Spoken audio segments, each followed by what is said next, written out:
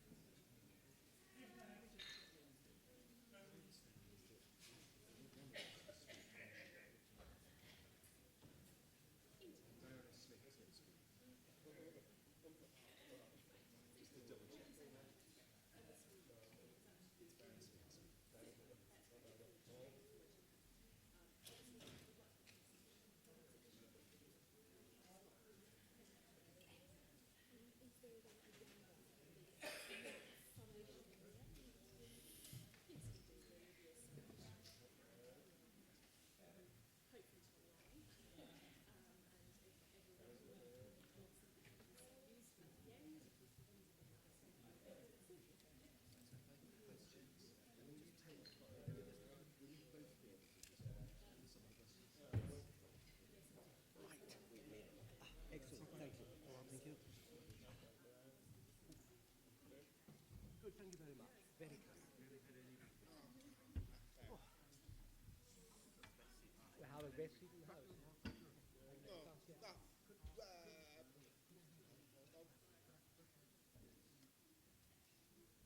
How do you do? David?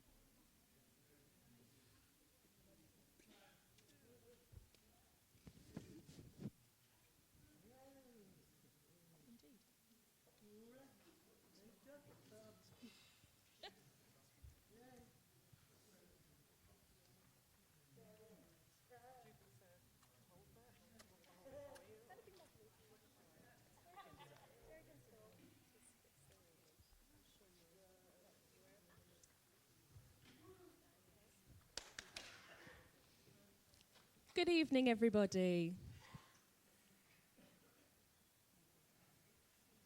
I'd like to say a very special good evening to you all. My name is David Buxton. I am the Director of Communication and Campaigns for the British Deaf Association, and I'm here just to give you some housekeeping rules. There is no fire alarm test planned for this evening, and so should the fire alarm sound, please proceed to the nearest exit, which I've indicated towards the front of the room, and also to the back of the room where you came in. The meeting point is outside. The ladies' toilet is actually upstairs, and there is a disabled access toilet and the men's toilet on the ground floor of this building. We would ask anyone who asks questions this evening to please come to the front of the stage and stand within the white taped box for our video streaming.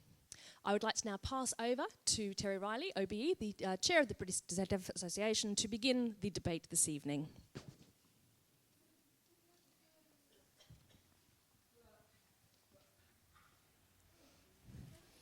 Good evening.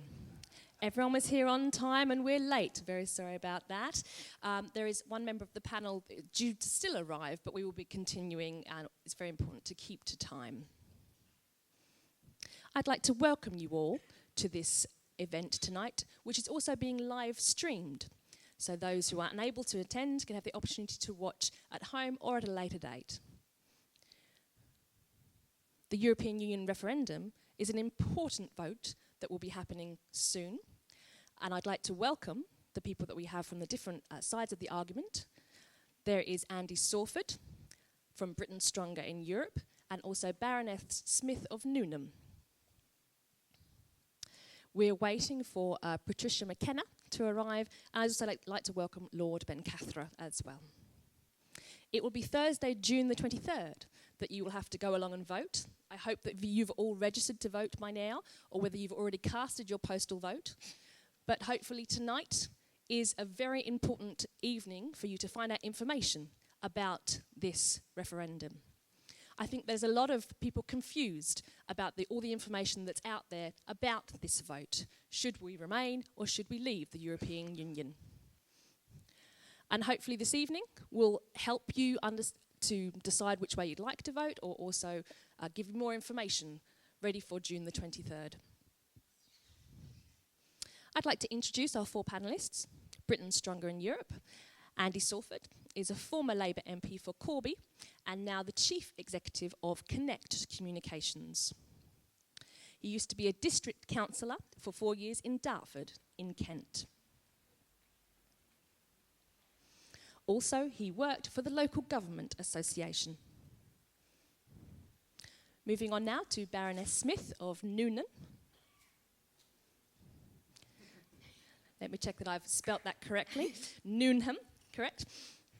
Since September of 2014, Julie has been a life peer and member of the House of Lords.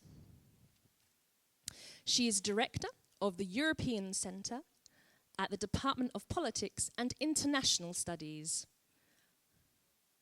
from Cambridge University.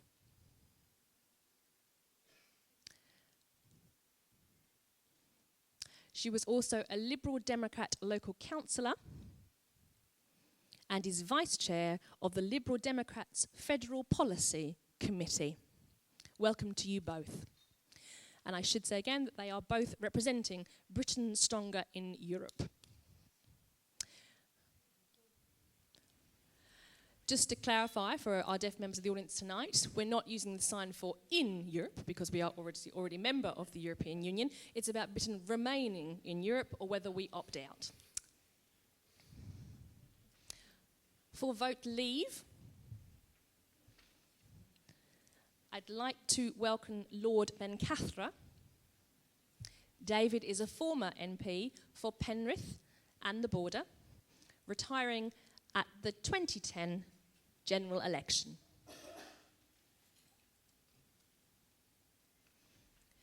He is a former Conservative minister in the governments of Margaret Thatcher and John Major.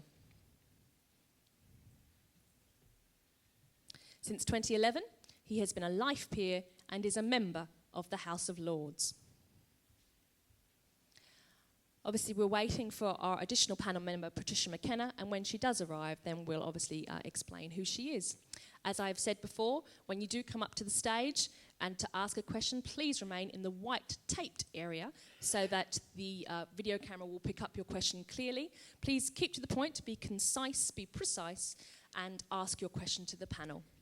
I am timekeeper this evening, and to be fair, I will give each side 5 minutes to respond. I don't want you to be asking a 10-minute question. I'll be timekeeping for you as well, the question askers. So please keep to time and respect this debate.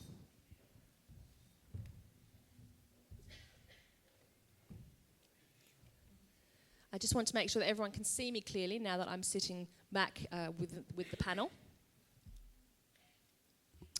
I will now ask Britain Stronger in Europe to present their points on why we should vote to stay within the European Union. Over to you. Thank you. Thank you. I'm delighted to be invited to join you here this evening, and I think we should all be honoured that you have chosen to come here this evening rather than stay at home and watch the debate between Boris Johnson et al. On the Leave side on television and the trio led by Nicola Sturgeon on the Remain side. So we are very grateful to you for being here, and I'm delighted to be here to make the case for Remain. But as an opening point, the Papworth Trust, in an excellent document called the EU Referendum, Disability and the European Union, which seeks to give objective information, it notes that member states are asked to recognise their national sign languages as official languages of the deaf. And it notes that British Sign Language was recognised by the UK government as an official minority language in 2003 after years of resistance. I'm sorry that I can't sign to you this evening, and I apologise for not being able to do that. But I think it is an indication of one of the areas where the European Union has played an important role, and I'll come back to that at the end. The choice we're given in a referendum is clearly binary: remain or leave. There isn't a third way.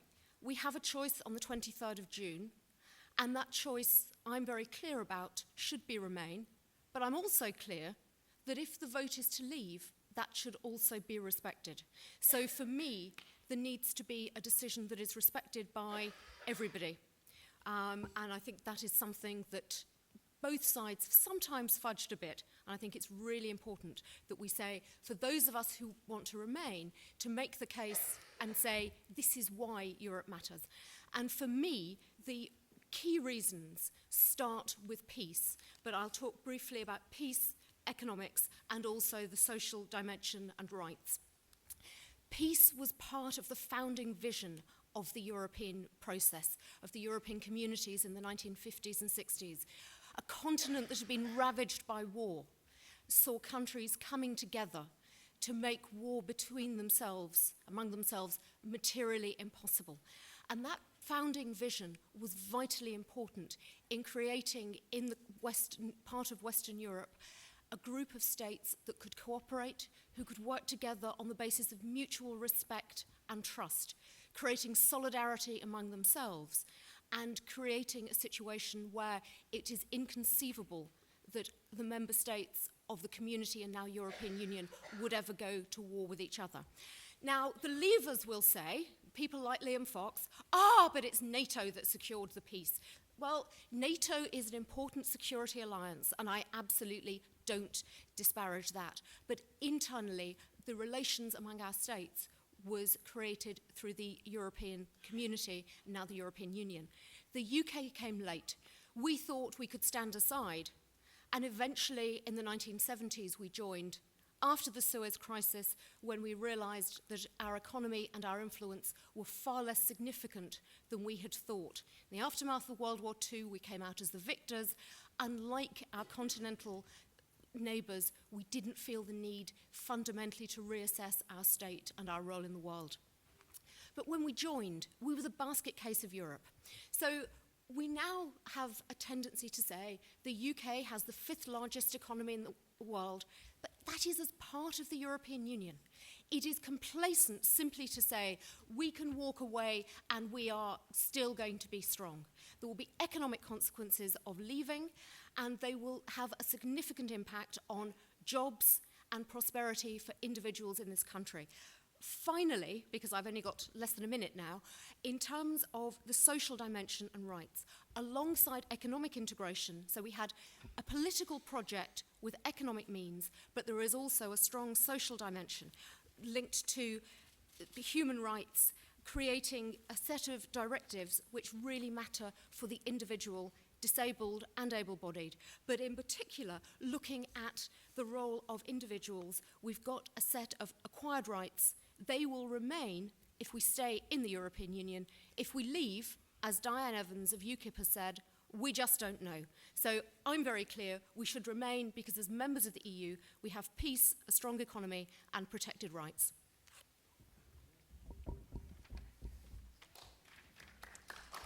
Thank you, Baroness Smith. Kept to time very well. I'm very impressed. I will now ask Lord Ben Cathra to present his side. Over to yourself. Thank you, Dr. Riley, for that introduction. Ladies and gentlemen, not only can I not do sign language, but my Scottish dialect may confuse those of you who may be lip reading, so I apologise doubly. Can I say that as a new young voter, I campaigned passionately to join the common market. It was a bold new idea and the bright hope for the future. Britain was in decline and we wanted to hitch our wagon to a rising star. Now I will vote leave because the EU is still stuck in that 1970s big status time warp. It is rotten and corrupt to the core, it is declining and is dragging Britain down with it. It's corrupt because last year it lost 700 million to fraud committed by other member states, and its EU accounts have not been signed off in 20 years by the auditors because they've been fraudulent. Now, if any British government was so bent like that, then the electorate would throw them out at the first opportunity. But you cannot do that with the EU Commission or their President. You can get rid of Cameron or Corbyn or Clegg, but you still get Juncker and Juncker and Juncker. Half of our laws in this country are now made by people in Brussels who we never voted for. We're constantly outvoted on new laws we do not want nor need, almost 3 times more than any other nation. So, ladies and gentlemen, my first reason for voting leave is I believe you should be able to kick out the politicians who make the laws, and that includes people like me when I was an MP. Second, we send over 350 million every week to Brussels. Now, okay, the EU keeps more than half of that, which we never see again, and they spend as they like, and they give us less than half back. But then they tell us how they're going to spend that money they give back to us. I believe that we should spend our money on our priorities, whether that's the NHS or defence or overseas aid or in disability, whatever it may be. Our taxpayers' money, so it should be our taxpayers' choice. And I say let's take back control over our borders. At the moment, 250,000 Europeans come here every year, putting a huge strain on housing, schools and the NHS. We need to build a new house every 6 minutes to cope with the mass migration we're facing now. One day the Prime Minister says that immigration is a disappointment and that he still has ambition to drastically reduce it. Then the next day he says it's vital to our economy. Now, I may be simple, but both of these statements cannot be true. He says the best way to lower immigration is to be in the EU. But we've been in the EU for 40 years and the problem's getting worse. Ladies and gentlemen, the EU is the problem, not the solution. So let's have an Australian-style point system so we can decide who can come into the UK. And I say let's take back control over our economy and trade. Only 5% of British business export to the EU, but 100% of them are caught by EU red tape. We are the 5th largest economy in the world. We're not little Norway or little Iceland. We've no trade deal with the USA or China, but we still do massive business with them. Just look round the shops and you will see that. So let's cut out EU red tape and save British business £33 billion per annum, a British Treasury figure. I believe the only risky option is voting to stay in the EU. That's the real leap in the dark. A vote to remain means that Brussels will take more power and money every year as they drive on to create the political superstate. This is the real threat to jobs and security. The EU's migrant crisis is out of control, and it plans to allow in more countries like Turkey, Albania and others, putting a huge strain on public services. Now, the Prime Minister says these things will not happen because Britain will be at the table preventing them. I say, what a joke. The whole of the EU has seen that Britain is a paper tiger in these negotiations. We talked tough about fundamental and far-reaching reform, but then we went in and asked for peanuts and settled for the empty shells. So the next time the UK goes in asking for something important, the EU will walk all over us. If we do not have the guts to fight for real change now, then we'll have no leverage at all in the future. And ladies and gentlemen, the final thing which convinces me that Leave is right is the avalanche of lies coming from the government I support. Last November, the Prime Minister said, let's be frank, Britain is an amazing country. We've got the 5th largest economy in the world. We're a top 10 manufacturer. We've got incredibly strong financial services. The world wants to come and do business here. Look at the record of inward investment. Look at the leaders beating a path to our door. The argument isn't whether Britain could survive outside the EU. Of course it would. Just 30 more seconds. He now says there'll be economic disaster, 800,000 jobs lost, the pound will crash, house prices fall, and mortgages will rise. Now, what he said in November and what he says now can't both be true. One is a lie. Ladies and gentlemen, I have never in all my 45 years in politics seen such desperate and demented propaganda from any government. You know, I support Brexit, and despite having served in the 51st Highland Volunteers, the Prime Minister says, I'm someone who does not love my country, I'm a quitter, I'm aiding Islamic State, and I'll bring about World War III and genocide. And then we have the arrogant multimillionaire foreign bankers, business and politicians all backing Remain. They are the people who can afford to live anywhere in the world. They never had to find a starter home, never had to find a school for the children, and go on a waiting list. Ladies and gentlemen, that helps me to conclude there is something fundamentally wrong in the EU if those people and those arguments are advanced to keep alive this out-of-date, old-fashioned, dying empire.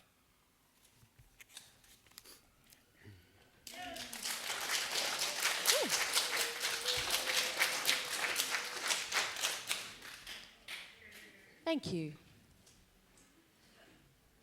There's lots of information there that I'm sure people would like to ask questions about. Now, later on, we will have open topics, but firstly, I'd like to ask questions linked to what our two panellists have just shared. There is an opportunity now to respond, and then we shall move on to a selection of specific topics. May I ask if there is a question from the floor? Would you please come forward?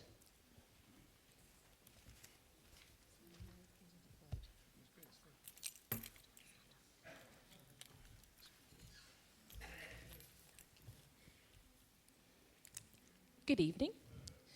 My question would be about whether we should leave Europe. The comment recently that you just mentioned was that if we did leave, we would save a large amount of money, which could then be spent on NHS services, including disability services that you just said. And you just said it could be this, it could be that. And therefore, I'd like a guarantee rather than it could or should. Can you please provide an answer to that question? Just a nice, concise response, right, please. okay. Thank you. The fact is, if we leave the EU, we will no longer have to give them £350 million per week. That is money which will stay in Britain, to be allocated by any British government, Mr Corbyn, Mr Cameron or anyone else. The decision on what that money is spent on will be for our British government alone, and that government will be elected by British electors alone. They may decide to spend it all on the NHS, I doubt that. They may spend more on defence, I doubt that too. Or they may spend more on overseas aid. It may be spent on anything. But the decision will be made by British members of Parliament and a British government which you've elected, and if you don't like the decision, sling them out at the next election. Would you like to respond to that? Very happy to respond. The figure of £350 million is the gross contribution that we make to the European Union. Of course, as you know, we get a significant amount of that money back for all sorts of initiatives, including, for example, the European Social Fund, which means a huge amount of money for British charities, European structural funds, which provide a great deal of support, including for disabled people to access employment, to access transport, to access cultural and leisure opportunities. So we get many benefits from our membership of the European Union. And now, if you join an organisation, an association, you often are asked to pay a membership fee. And what you hope is that in paying that membership fee, that the benefits are far greater to you. And our view, and I know I speak for Baroness Smith and myself on this, is that the benefits to our economy, the benefits in terms of jobs, the benefits in terms of opportunities for people to travel across Europe, to study across Europe, the enormous amount of research funding that the UK accesses, that these benefits are far, far, far greater than the costs of participating in the European Union.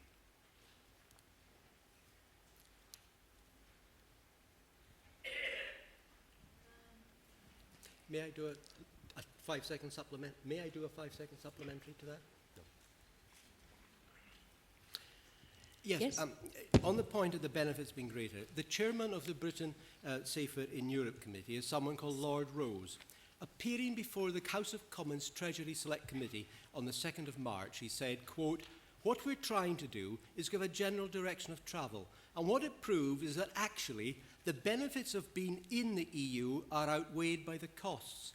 The chairman of the Britain in Europe campaign, whom they've now silenced because he shouldn't say things like that. The benefits of being in the EU are outweighed by the costs, he said.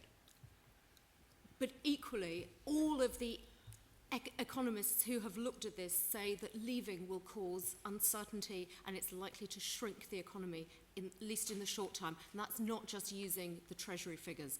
Like Lord Brencathra, I think some of the figures that have come out of the government may be going into speculation, but there will be a hit to the economy, which means there will be less money, not more, to spend back in the United Kingdom.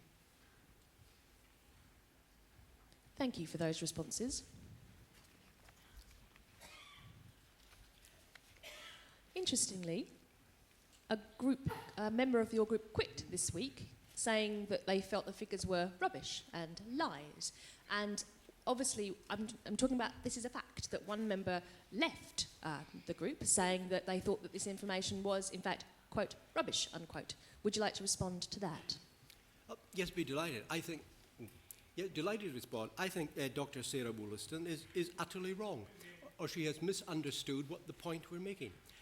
We have not said, as I said to the last questioner, that if we leave the EU, the 350 million each week we get back will automatically all go to the health service. Of course it won't. But it will be money the British government can spend on its priorities. She seems to think we said, if you leave the EU, then the health service will get all the money we give to the EU instead. No, it won't. It would be madness to give all of it to the health service. What we have said is that that money is then available for a British government to use as it sees fit, as they've said in their manifesto, or as the electorate have dictated. It's a British government and elector choice, not anyone else. That's why I respectfully disagree with Sarah. She got the wrong end of the stick.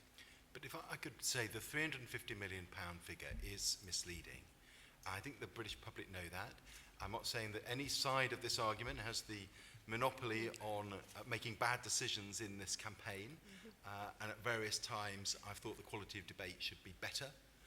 But that 350 million figure, and you do know this, is wrong. On the wider point of the net benefit, you quoted a business figure to us. Let me tell you what the CBI say very clearly. They say we pay £5.7 billion to be a member of the world's largest free trade zone. But our figures show that the net benefit of being in the EU is worth £91 billion to the economy. Now, I'm not saying all of that economic activity would be lost. We may find opportunities to continue to trade. I'm sure that we will. It will be in our interest and in Europe's interest. But some of that economic activity and output would be lost.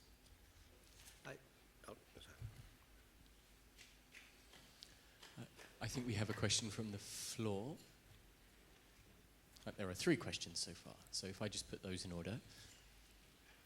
So first we're going to have June come to the floor.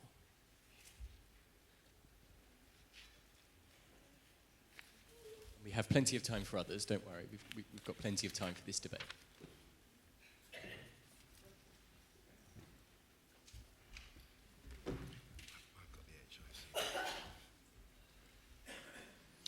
Hello everyone, my name is June Smith. We're not related, Baroness Smith and I, but we do share a name. We've heard today that we have money that comes back in from the investment that we provide into Europe. But the question for me is whether that actually develops what we do. We've seen cuts left, right and centre to disabilities and to other benefits here in the UK, and that's whilst we're in the EU. So why on earth should we think that our money that we send to the EU actually comes back stronger for us?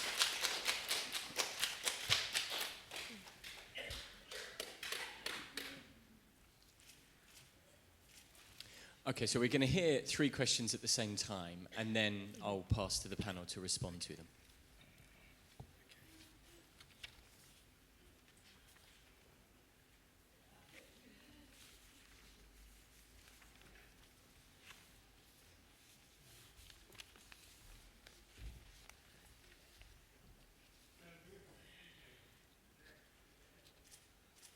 I wanted to respond to the person who made the first question, actually, when we were talking about money, and it's just slipped my mind. Sorry.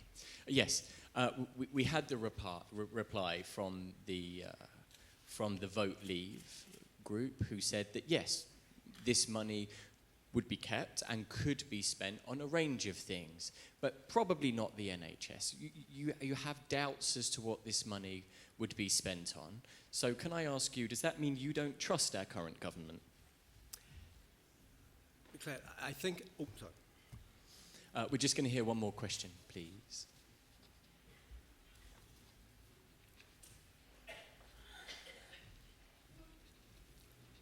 Good evening, everyone. I have a question to the OUT group. If we leave the EU, David Cameron surely would find his position untenable within the Conservative Party and would have to step down as the Prime Minister.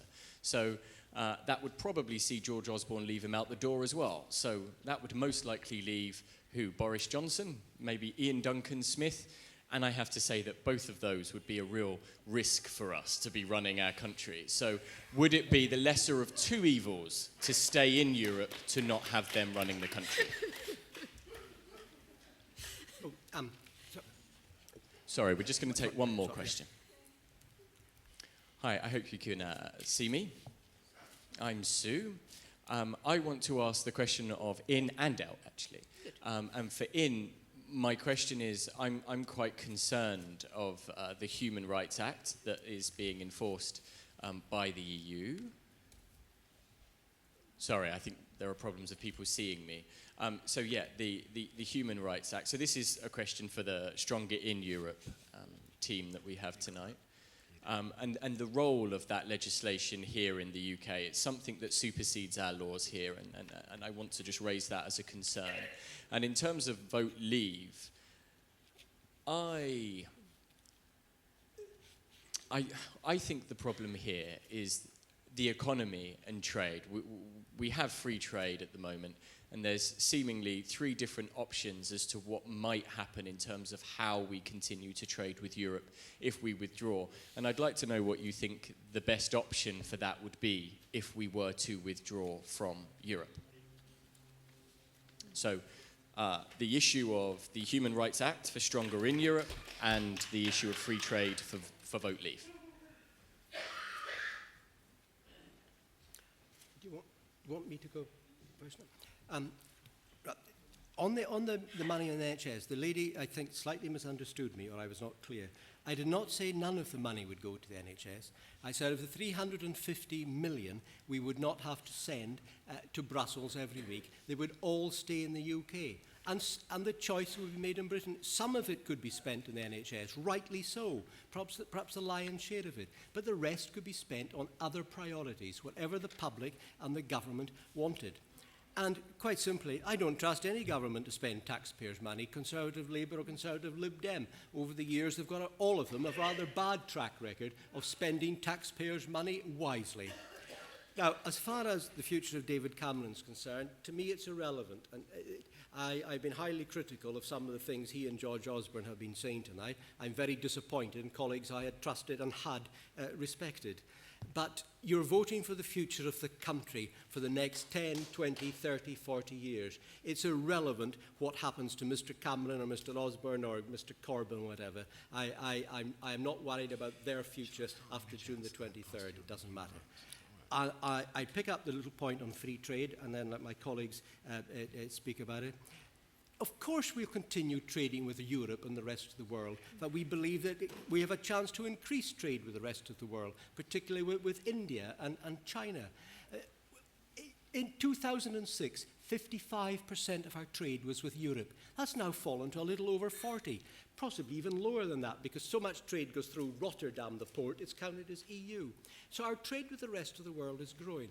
Germany exports twice as much to us as we do to them.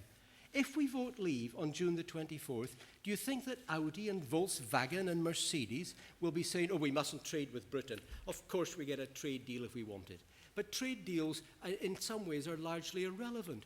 We don't have a trade deal with the United States, but we do £60 billion a year business with them. We don't have a trade deal with China, but go into any shop you like and half the goods seem to be Chinese. So we trade with the rest of the world irrespective of trade deals. There's two of us, so we're going to share the questions so you don't hear too much from this side compared to the leave. Just on the National Health Service to start, the people in this room, like me and my family, we have to make a judgment. There are many uncertainties. Now, just because the future is uncertain doesn't mean that we shouldn't be brave if we think it's the right thing to do. But we have to be mindful of the uncertainty. My own view, based on the business people that I talk to, based on what I've read and heard, is that there will be a significant loss of economic output in the UK, certainly in the immediate years following the change. The long-term future will depend on what deal we're able to renegotiate with Europe. I agree that there will be continued trade with Europe. The terms of that trade are uncertain. We're already seeing the pound falling, the markets are very shaky. Businesses like Nissan and Toyota and Hitachi warning this week the real impact of this change. They're very concerned, for example, about tariffs on their goods. At the moment, they have ready access to that market. Now, of course, Europe, the rest of Europe, will want to trade with us, but they will continue to have 27 markets that they have access to. They're losing one market. We potentially lose 27 markets. Where's the balance of power in that negotiation about the future of trade? And why would China and the US want to spend a great deal of time negotiating separate treaties with us compared to the benefits of negotiating with the continuing 27 countries in the single market? So my judgment, and we'll each make our own judgments, and you've made a different one, Lord Bencathra, but my judgment is there'll be loss of economic output. And this goes right back to the health question. Now, the Treasury analysis is that we'll lose £36 billion of tax receipts in the Treasury a year from the first year. That £36 billion is obviously, has huge implications for the funding of our National Health Service. So you can't say, first of all, that there will be no impact on NHS funds and the availability of those funds in terms of the loss of economic output. You also can't keep double or triple counting the money that we might save notionally, and I don't believe it's a saving, I believe it would be a cost to us to withdraw, but even if you said that that money we currently pay across to participate in the EU, we could use some of that money to fund the NHS, most of that money is already committed in the UK. There is a rebate, there's a small amount that goes to the administration of the EU, but then there's a rebate, and then there's lots of money that comes back to us. So if you put it into the NHS, are you cutting the European Social Fund that helped 87,000 disabled people into work last year in this country? Where are you going to cut if you use it on the NHS? The second point is the whole argument about free movement. Over 100,000 EU nationals work in our health service. We rely on those people. My 90-year-old nan relies on those people, just as I and my young family do. And I'm very concerned that if we end free movement across the European Union, that will have a huge impact on the people working in our health services. Do you want to pick up, Baroness Smith, some of the other points? Yes, but one thing that I'd like to say is, please, can people call me Julie? Being Baroness Smith is formally required in the House of Lords, where we are incredibly formal. But actually here, Julie would be absolutely fine and a lot shorter. But In terms of just going back to the money and disability payments and so on, I think it's really important to remember that, as Andy's just said, money comes from the European Social Fund. There is money being spent on disabled people that does come from the European Union, but the vast majority of our welfare spending is already raised domestically and spent domestically. The EU budget is only about 2% of our government spending. It's a relatively small amount. I'm not going to say it's negligible, but it is a relatively small amount of what we spend. And the cuts, the austerity cuts, because of the huge deficit that the country was running, that have impacted on disabled people and the most vulnerable in society, are not imposed by the European Union. It is absolutely nothing to do with the European Union. It is the choice of David Blencathra's Conservative government. So if you don't like that, you can kick the government out, and we don't need the European Union, membership or non-membership. Doesn't affect whether we can kick out the government that we have. So I think the idea that somehow we can only kick out a government and we can only regain control by leaving the European Union is a red herring from the other side. But in terms of the Human Rights Act, again, that is something that the previous government, the Labour government, enacted. The European Convention on Human Rights is separate from our membership of the European Union, although related.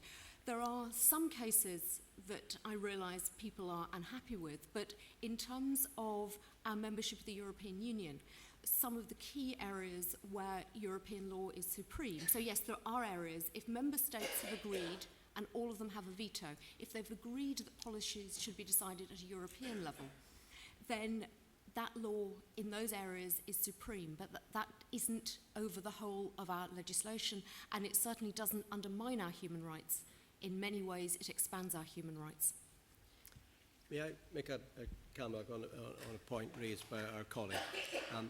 Of the money we give the EU, £19 billion last year, 10 billion we never see again, we don't get back. And that is not there to spend on the health service or anything else. Yes, we get 9 billion back. It's not the EU giving us EU money back. We get about 9 billion back to spend on things they've decided we must spend it on. On the economy, Lord Rose, again the chairman of Britain Stronger in Europe, said in April this year, nothing's going to happen if we come out of Europe in the first 5 years, probably. There'll be absolutely no change. That's their chairman of Britain Stronger in Europe. And finally, on the point of 50,000 European workers in the health service, yes, no one's going to send them back if we leave. If we have an Australian point system and they're essential workers in the UK, they'll get full points and they'll stay here.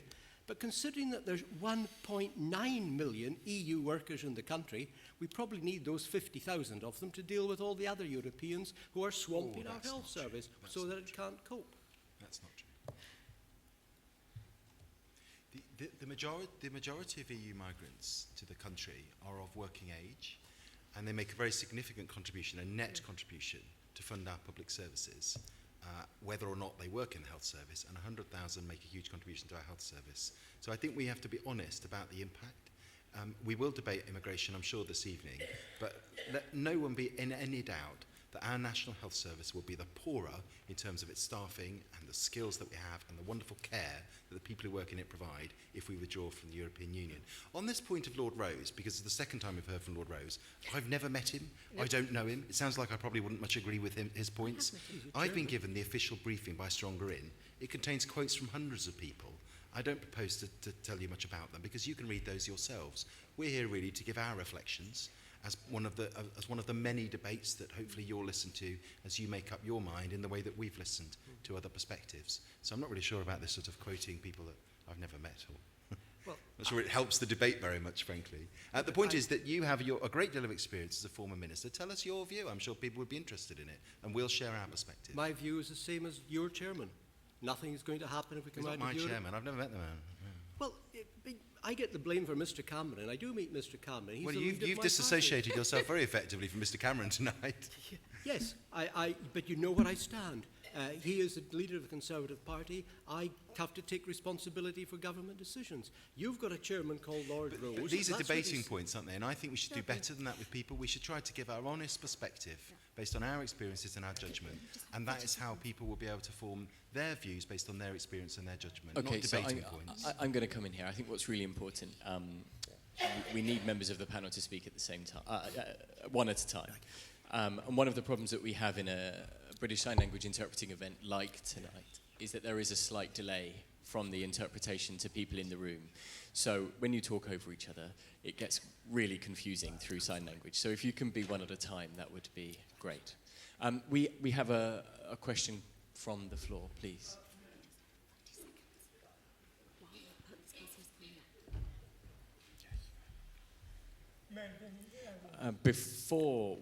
Before we take this question, Julie. Thank you. I just want to say very briefly that one of the key things that I do agree with David about is that this is about our long-term future. Just as it shouldn't be an issue of who's going to be the next Prime Minister, Conservative or otherwise, so it shouldn't be about personalities. The key issues here tonight are about remaining or leaving. And please, we should all be thinking about what matters for your futures and your children and grandchildren. Yeah.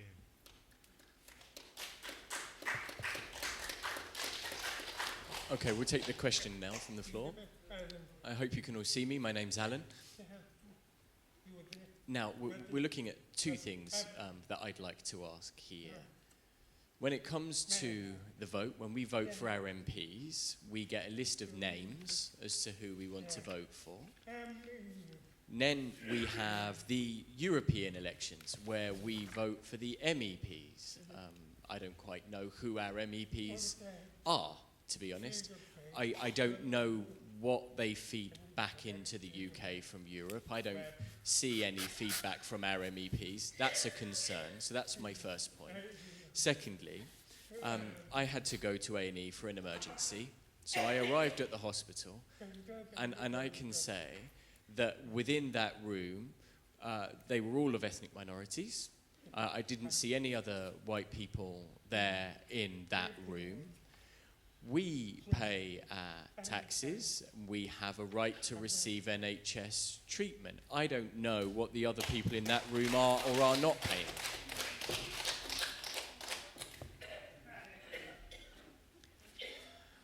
Okay, one other point. We've also had, we've asked some people to send in some questions in advance of today. Can we have a question from the floor?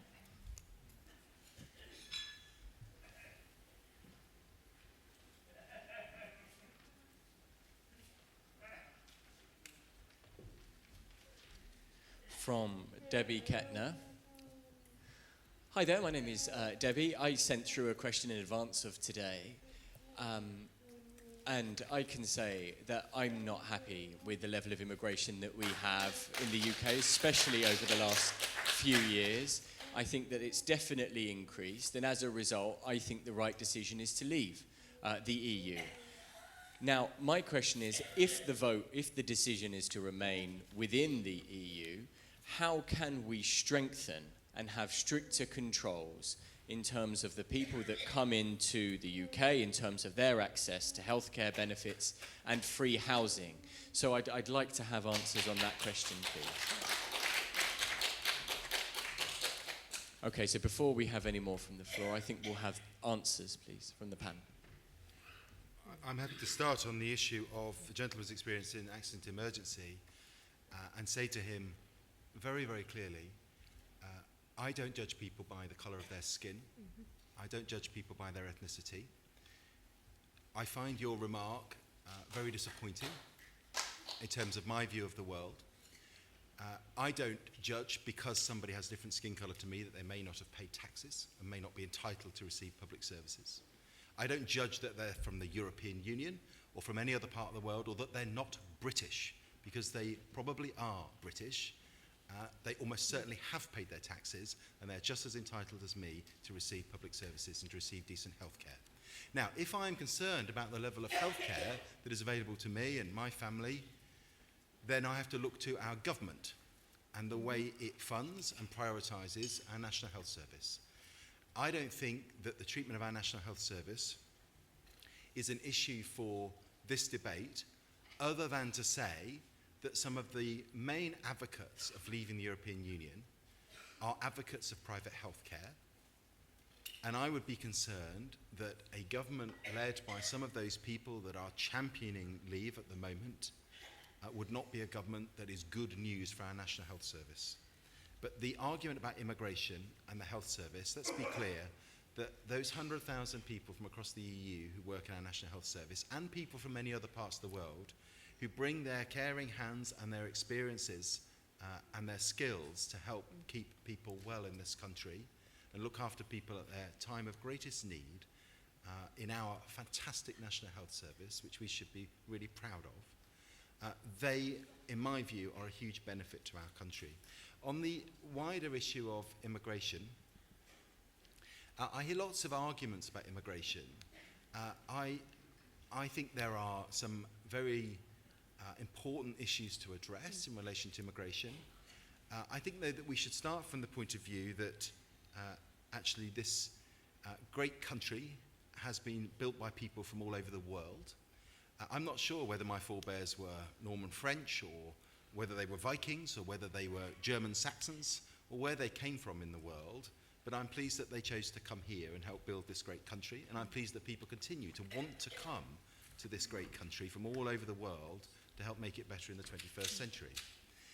Now, obviously, there are issues at times about people living alongside each other in terms of different cultures and different languages and different life experiences and different religions, and we have to work hard to address those issues. But what I notice around the country is that where there are the greatest concentrations of people who are from different backgrounds and maybe first or second or third generation migrants to this country, that often there is the greatest level of social cohesion and harmony, and these can be fantastic communities. And I live just down the road from Leicester, and it's an absolutely fantastic, diverse city. And I often find that these views are expressed by people who have less experience of living alongside people from other countries, other nationalities, other religions, and are concerned or fearful about the implications of that for them. But don't let people prey on your fears. Judge people as you would want to be judged yourself by your experience of them.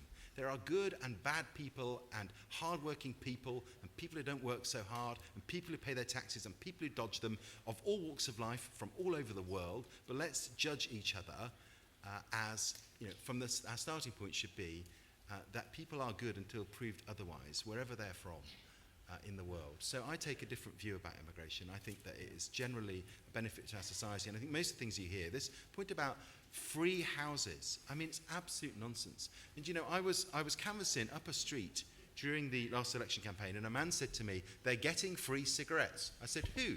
He said, these immigrants are getting free cigarettes. Now, things like that are completely untrue, but they're playing on your fears and your prejudices, and we shouldn't let them do it. Let me say that those who support vote leave are no threat to the health service. But it's interesting that the main backers of Remain are multi-millionaire bankers, past-it politicians, and others who have got so much money they never have to find a starter home. Not one of them will be trying to find an NHS doctor or queue at A&E. And when you have got those multi-millionaire foreign businessmen and bankers back in Remain, therefore I think they are the threat to the NHS. But that's an aside. I've got some statistics here which may help. I'll be as brief as I can. And it's between 2005 and 2014, there were almost 500,000 live births to mothers who are EU citizens who are EU citizens. That's government figures on the 15th of March. The number of EU mothers giving birth in this country rose from 25,000 in 2005 to 65,000 in 2014. Now, I'm not criticising that. I'm not making any attack on mothers. I'm just giving you statistics to show the huge increase. And that's just in maternity. Those huge increases. Now, all those other 1.9 million EU workers here at the moment, they're also using up resources somewhere. They're getting illnesses, they're using drugs, consuming resources. GP, no wonder we don't have enough GPs. GP registrations have risen by 1.5 million over the last 3 years. 1.5 million. That's a huge increase. Now, as I said earlier, yes, we've got over 50,000 European doctors and nurses working here. We're not going to throw them out. Of course not. If they're deserving, we're not going to expel everybody from the country if we leave the EU. But in future, with a point system, we will have points for the people who we most need, and then they will instantly, or fairly instantly, get entry into the country. That's the way it works. And the final point the lady asked, how can we get control if we stay? If we remain, we can't get control. We can't stop terrorists coming into the country at the moment. We can't throw out criminals who've served their sentence. There's some rapists we can't return back to their own country because the right to freedom of movement gives them the right to stay. We will have no control over any of these things if we stay. We can return people who are a danger to the public interest. So the idea that we have to let in terrorists is untrue. Being part of the European Union, we exchange information, we are able to exchange intelligence, and particularly the Schengen Information System, and we have the European Arrest Warrant, where we have actually been able to deport people. We have also been able to extradite people from other countries. And the idea that we have no control is simply untrue. And on top of it is the European Court of Justice who stop us. Okay. Can we have some questions from the floor now, please? We didn't answer on the MEPs, but...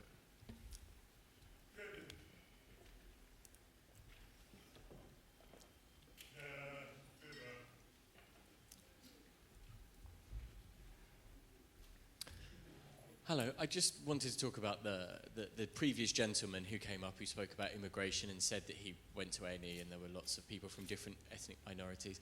Actually, when you go to the hospital, you are treated by these people. 2 of my younger sisters are nurses. Now, regardless of whether somebody is black or Asian, you're saying that they're lazy. Well, my 2 sisters aren't lazy, they're nurses in our National Health Service. Okay, so that's the first thing. Now, the question that I actually wanted to ask is if we vote to leave, how is it that you expect to stop people from coming in? And then those people that can't come in, how are you going to support them? That's something that is very important. It's important that we still support immigrants who, we've seen the pictures on the news and in the paper, those children that have no homes and nowhere to go. How would we support those children? We have said that we will allow a certain number of asylum seekers into the country. The government at the moment, I think about the first 1,000 have arrived. There was pressure to have more unaccompanied children. I think the government is going to permit more of that to happen. But the whole point about asylum is you don't wander around half the world and then claim asylum. We have got economic migrants now, not asylum seekers, genuinely fearing for their lives and escaping from war-torn countries. You've got that in Syria, you've got that in Iraq. Then it should be moving to the next nearest country, not crossing the whole of Europe to get to Calais, to get to England. That is not what a proper asylum system is. So yes, we will select, with the help of the Red Cross and the United Nations High Commission for Refugees, we've put them in charge of picking genuine and deserving asylum seekers to take into this country and to be charitable, as we always have been. And we will never stop doing it. But we are, at the moment, at breaking point in this country. If you want us to take more asylum seekers from around the world, then we've got to have control of our borders so we don't have to automatically take 2 million people from Europe, whom we may not all want. David, we're not at breaking point. There are countries that are at breaking point, and they are Lebanon and Jordan. There are countries that are the neighbours of Iraq and Syria. And the idea that the United Kingdom is so overburdened is an overstatement. Yes, governments have made mistakes in terms of immigration, not by allowing people in. I absolutely agree with Andy and the lady who spoke about her sisters. But what we haven't done is plan for immigration. Yeah. The issue isn't the number of people per se. It's actually planning for houses and schools and a health service that works for everybody. But David, how many people are there from the United Kingdom who have retired to Spain, moved to France, and who are more of a drain on the health services of those countries than the young people who come and live and work here and pay their taxes, who are a net benefit to this country? Can I just say on the asylum point? Just a moment. I think we have the last comment from the floor, and then we need to move on to a different topic. We'll have one more question in relation to immigration. I have two things I'd like to say. Okay, it's nice to meet you all on the panel. My name is Colin, and I was born and grew up here in Britain.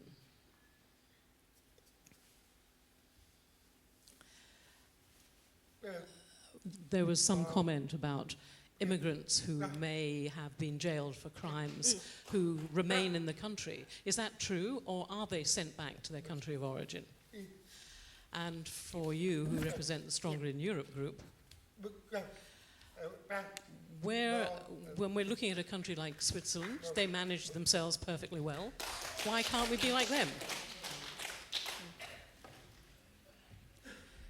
Okay, please keep your answers short, panel members. Yes, there are people from other European EU nationals who have committed crimes, who have been through the criminal justice system, and then they're not deported under EU law, they remain. But terrorists do not have to be accepted into the country. Switzerland, yes, Switzerland is a fantastic country. One of my godchildren lives there. It's a great place. But it is a country that is very different from the United Kingdom. It's also one that's never been a member of the European Union. Disentangling ourselves and creating a whole new set of relationships isn't necessarily the way to make Britain greater. It's a way to disempower ourselves and lose influence for a decade or more. Ladies and gentlemen, in 2015, the Special Appeals Commission ruled that a certain person who can only be called ZZ couldn't be excluded from the UK despite the fact he was a suspected terrorist. The Commission concluded that would be against EU law. Angela's also right. We have killers and rapists who cannot be deported from this country because the EU courts have concluded that that would be an injustice and we're forced to keep them here. Yes, we've got a prisoner exchange thing we set up where we'd send prisoners back to their respective countries to serve their sentence. It's been a wonderful success. 77 have been sent back and 4,500 have not been. So, ladies and gentlemen, I strongly believe that the EU court, which overrides the British Parliament, overrides British courts, is the one responsible for keeping all those people in this country who should be sent home.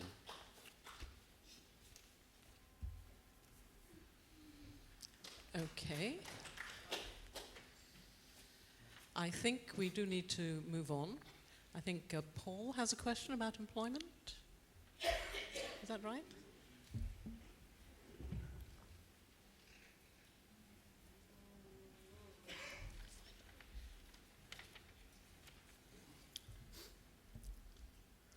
Hello, my name is Paul. I have been reading about the independent experts who are saying that if Britain were to come out of the EU, it would have a major impact on job losses. What are your comments on that? Thank you, Paul. This, for each of us, will be a judgment as to who we believe. I've listened carefully to various experts, to business leaders, and of course you can hear voices on all sides of the debate, but the weight of opinion is clearly from the IMF to the OECD, to our major trading partners, through to business leaders in this country, that there are significant benefits in terms of jobs from being in the European Union. Now I see this myself. I work with a car manufacturing company. They are very, very concerned about the impact of Britain leaving the European Union. They will, I'm sure, want to see what the future looks like if we were to leave, and they would think very carefully about whether they are able to continue their operations in the UK. So I'm not one of these people who's alarmist and says it will all be doom and gloom. But we have to accept that, first of all, uncertainty is really bad for business. More than whether we leave or stay, years of uncertainty is bad news. And when you're making investment decisions, and some of the equipment now in our manufacturing industries costs millions of pounds to install.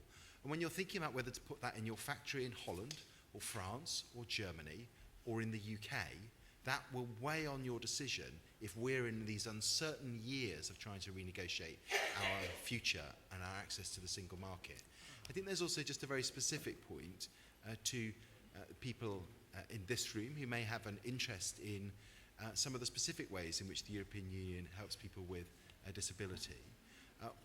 Not everyone will be interested in the point, but there are 87,000 people who've been helped into work through the European Social Fund in the last year, and I think that is a great benefit from being in the European Union. So I think for jobs, for the 3.5 million jobs that are linked to the EU, we should stay in. One cannot name a single big company that has said categorically, if we leave the EU, they will withdraw from Britain. Not one single big company. Now, of course, many of them make noises about it, and they mutter about it. And, of course, many of the big companies love being in the EU. They get cheap labour. Why bother paying the cost of training British apprentices when you can get at minimum wage people from Romania and Bulgaria and other European countries? So it's in the interest of the big multinationals to stay in the EU. They don't care about Parliament and the German Parliament or the French Parliament and the British Parliament. They trade with the world. It's like Amazon and Google and Starbucks. I mean, governments are irrelevant. They deal with their consumers over the top of their heads. So of course they'd like to stay in the EU. As far as experts are concerned, some of you might be old enough to remember all the experts. Every single expert said, join the exchange rate mechanism. And we did in the 90s. Absolute disaster. Crashed the economy. As soon as we got out, it then improved. And what happened a few years later? All those same experts, including politicians like Lord Heseltine, wanted to join the euro. The CBI said you must join the euro. All the business organizations said you must join. And all the other, the OECD said you must join. It would be for the benefit of Britain. It would be for the benefit of Europe. Well, thank God Gordon Brown, I pay tribute to Gordon Brown, thank God he did not join the euro, or we'd be down the pan like Greece now.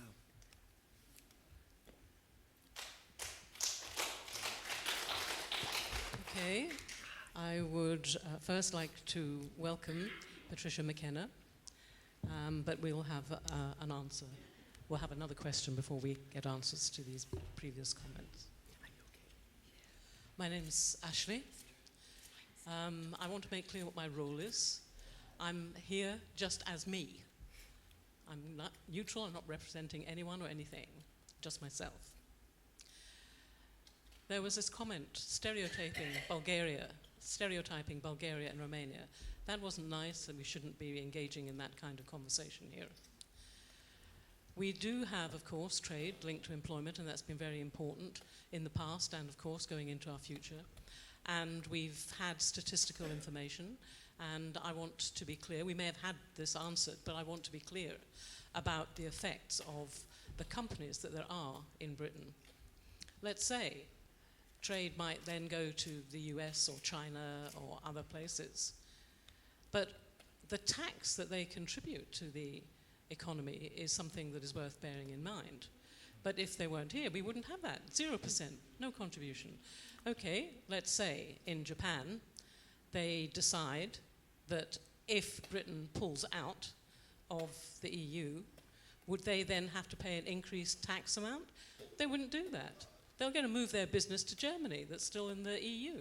They'll save that tax rate. Countries will move away from us. And these countries will be moving away to save a 10% tax rate. Of course, it's a business perspective that they have to maintain, but it's not good for us. So what's your response to that?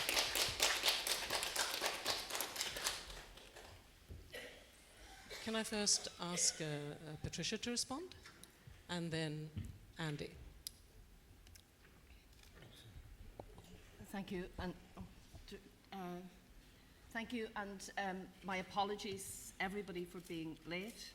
it was totally my fault. I ended up going to the Deaf Association's headquarters on Holloway Road, and it was a long struggle to get back. Yeah. I got a taxi and then a tube. The taxi man was really nice. Wow. But it was my own fault. Just on, I suppose maybe to address the question in relation to businesses moving, I mean, nobody knows exactly what will happen if the British people vote to leave the EU. But I just have to say that my experience in Ireland has been we've had a referendum on almost all EU treaties, bar the last one, which was the European Stability Mechanism, which we weren't allowed to vote on because they knew that we would reject it because it was going to mean more austerity.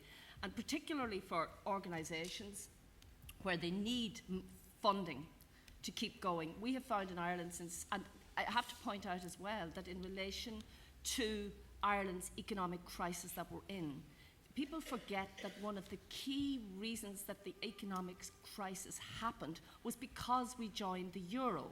I just came in and heard the last speaker mentioning about the euro. The euro, went into that, first of all, without Britain, which I believe was a big mistake, because 2/3 of our trade was outside the Eurozone with Britain and the rest of the world. But Ireland is a very obedient EU member state and does what its masters tell it. Bend over backwards to facilitate the EU. It was not in our interest to join the euro, but we did. And the only reason given, basically, or the main reason given by the political establishment was, oh well, you won't have to change your money when you go abroad. And our main media outlet got a journalist to travel all around the EU member states and took £50 with him, change it at every single border, and to come back and say, that's all you have left. But what was much more important than that was our control over our own economy.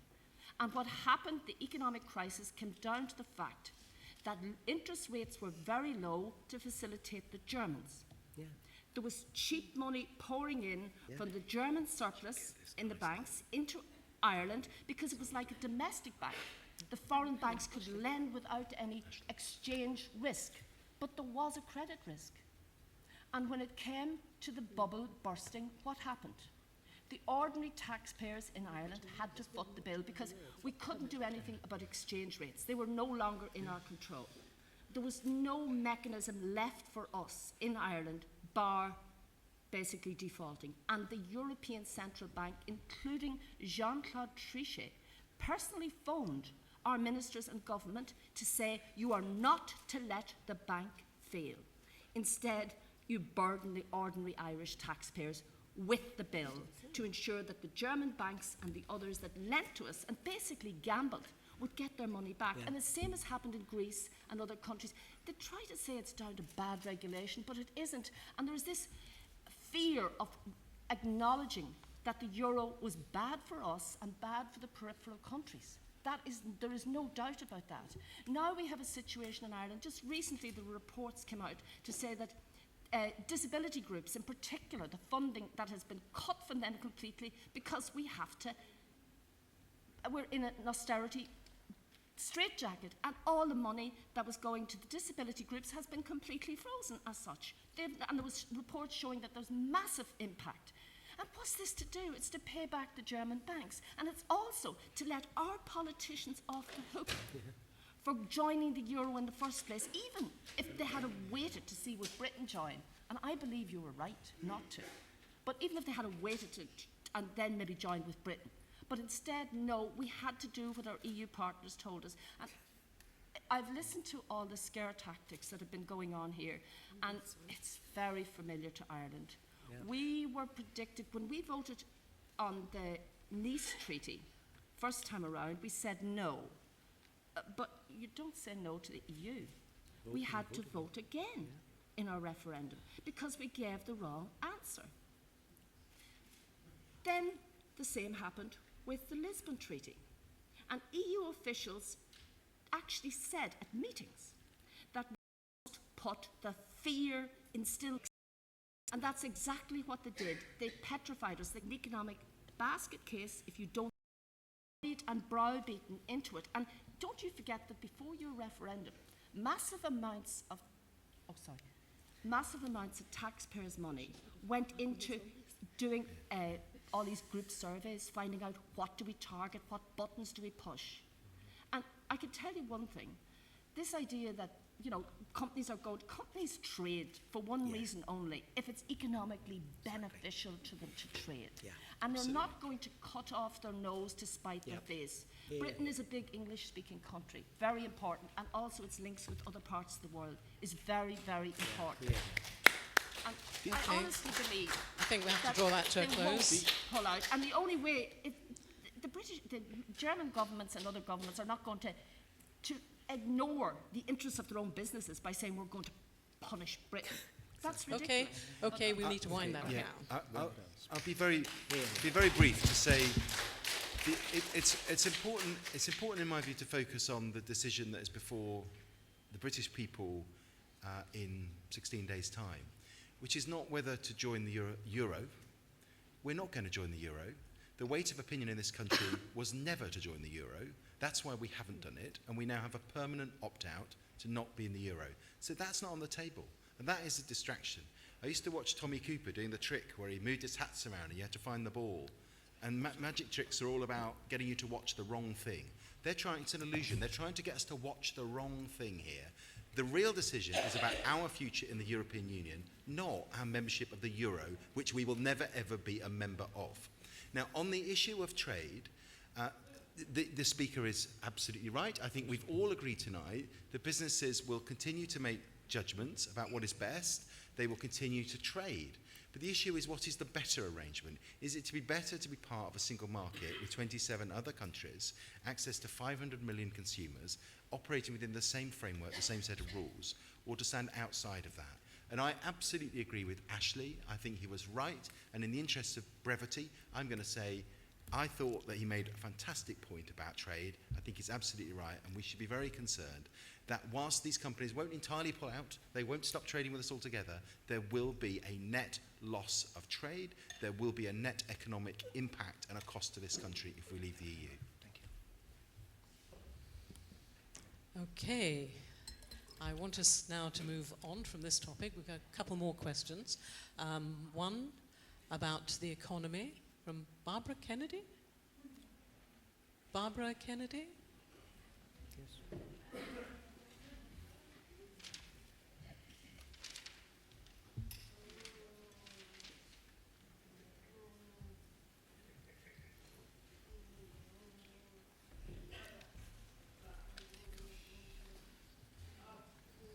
Hello.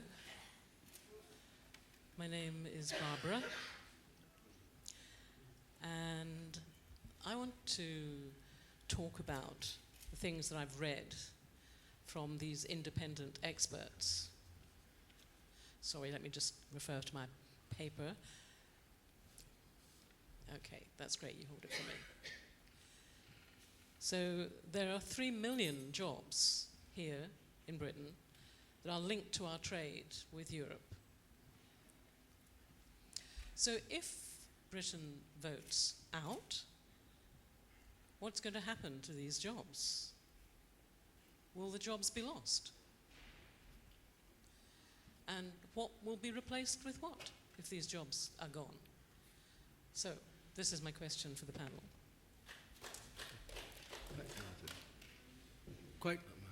Quite straightforward. I don't believe those jobs will be lost at all. This is one of the big government spin stories. 3 million jobs, they say, related to trade. Now, it's not saying 3 million jobs are directly involved in making things for Europe. They say related to it. But the point is this, some of those jobs involve making jet engines. We'll continue to sell them. It's making Land Rovers and Rolls Royces and cars and Nissans, which we export to Europe. So all that manufacturing will continue, and Europe will continue buying for the same reason Patricia said. It's not a matter of countries deciding we're not going to buy your goods here. In Europe, as we deal with America and China as well, consumers are king. As I said, we don't have a trade deal with the United States, but they buy a lot of our cars, our Land Rovers and Rolls Royces, and we buy all their Apple products and other things too. It's the same with Germany. Germany's not going to stop buying our goods, or German consumers are not going to stop buying our goods, and Britons are not going to stop buying Mercs and BMWs and all the other stuff. That trade will continue. There is no reason at all to suggest why any of those 3 million jobs will be lost. And as far as the experts are concerned, the 600 economists who are saying at the moment that we must stay in Europe, most of them were the same 600 who said we had to join the euro or we would die. They were wrong then, they're wrong now. There you go with the euro again. It's not about the euro. That decision was made long ago and we have an opt-out. This is about our membership of the European Union. Those 3 million jobs, hopefully many of them will continue. But why make it hard for ourselves to trade with the rest of the European Union when we have developed a framework to trade together that has been very beneficial to the UK economy? We are the country that receives the largest amount of research funding across the European Union.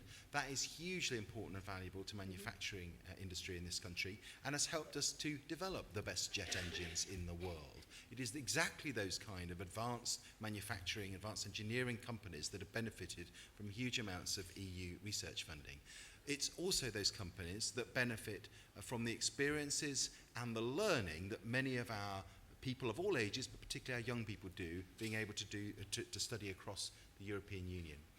Just in terms of trade, with the European Union itself and also European free trade agreements, that accounts for 80% of our exports, 80% negotiated either because we are trading with 27 other countries or because together the 28 of us have negotiated good deals around the world. And we will put all of that at risk. We will have years of uncertainty where we have to renegotiate trade arrangements with other countries. And I thought it was disappointing when President Obama said that it wouldn't be a priority to negotiate with the UK, but it's understandable. In my view, we are a great nation. Frankly, we're the best country in the world. But we have to accept that the size of our economy and our population means that when it comes to negotiations between these 27 EU countries, China, the billion people in India, those growing emerging markets, and the US, we're not going to be right at the front of their minds to do the best possible trade deal. And the other point is about the EU countries. I hope they'd give us a good deal. I'm sure that we'd negotiate hard, and I, like everyone in this room, would want our country to do the very best if we were to leave and get the best deal we can. But what's the incentive for those 27 countries to negotiate with us a really favourable deal that gave us all the benefits before, but none of the cooperation that we are currently involved in with the European Union? At the moment, it's a deal. It's a two-way deal. And if we walk away from that deal, we can't necessarily assume that it's all going to be fine. It won't be, and some of those 3 million jobs are at risk, and some of the investment that we have in this country, the £24 billion a year investment from EU countries into the UK, is at risk, and that really worries me, and it's a worry in terms of my children's future. Thank you. Patricia, may I ask for a concise response to that question, because I'm aware of time and we have other questions we'd like to ask. Thank you. We're finishing at 8:30, just so that people are aware. On this question? Yeah. Yes. Yeah. I can just make a point first about the euro. I don't think that we're arguing about the euro. The reason it's been used here is just as an example to show you how in other countries where this issue was put to a referendum, people were frightened into, you must do this. It's not the actual euro issue, but the way the campaign develops and how scare tactics are used, and it was the same in Denmark. But in relation to, it was mentioned about the millions of jobs that are linked to trade in the EU. But there are millions of jobs linked to trade within the EU from countries outside the EU. And trade works regardless of whether you're in the EU or outside the EU. And trade will continue. The 27 countries will continue to trade with the EU, the same as they continue to trade with America and China and all these other countries. That's not going to stop. It's going to continue if the trade is beneficial or if people want the goods that are being traded or whatever it may be. Trade, that's the way trade works. It doesn't come down to politicians and the political elite deciding, we aren't going to trade unless there's sanctions or something. But otherwise, the trade will continue if people want the goods, and it's, as I said, that's what exists at the moment. The only downside, and it's really not for me to be telling you how to vote in this, because I'm hoping you vote to leave, for democratic reasons, because the EU cannot be fixed from within, because the very core, the democratic core of it, is fundamentally flawed. And I couldn't believe that David Cameron is saying that you have got an opt-out on the ever closer union. You can't get an opt-out on anything in the treaty unless there is an amendment to the treaties. And if there is an amendment to the treaties, we in Ireland will have to vote on it, and so will other governments. It takes all 28. You're not going to get consensus to change the treaties. So all David Cameron has is a promise from politicians that are there at the moment, which they can't deliver on.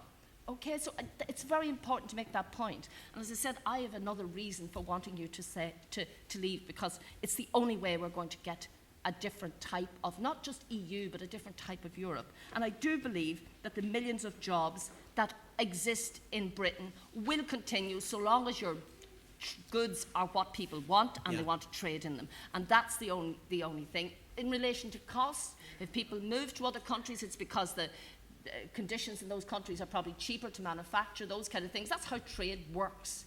And it will continue to work even after. And the idea that somehow, because you're not in the EU, that nobody will trade with you from within the EU is absolutely incorrect. They will. Patricia, I think you are misleading people. I think there is a difference, a very clear difference between trading, which clearly we can do. Buying and selling is the nature of trading. And being outside of the European Union and outside the single market. On the outside, we will be subject to tariffs. And even if we negotiate tariff-free trade, we will be subject to non-tariff barriers. We will have no opportunity to influence what the other 27 do. They will agree that at 27. So the idea that somehow we leave and nothing changes is extremely disingenuous. So you talk about Project Fear. We also need to have Project Truth in this debate. Thank you for those responses. We've only got 4 minutes left of this evening's session. I believe Sarah wanted to ask a question.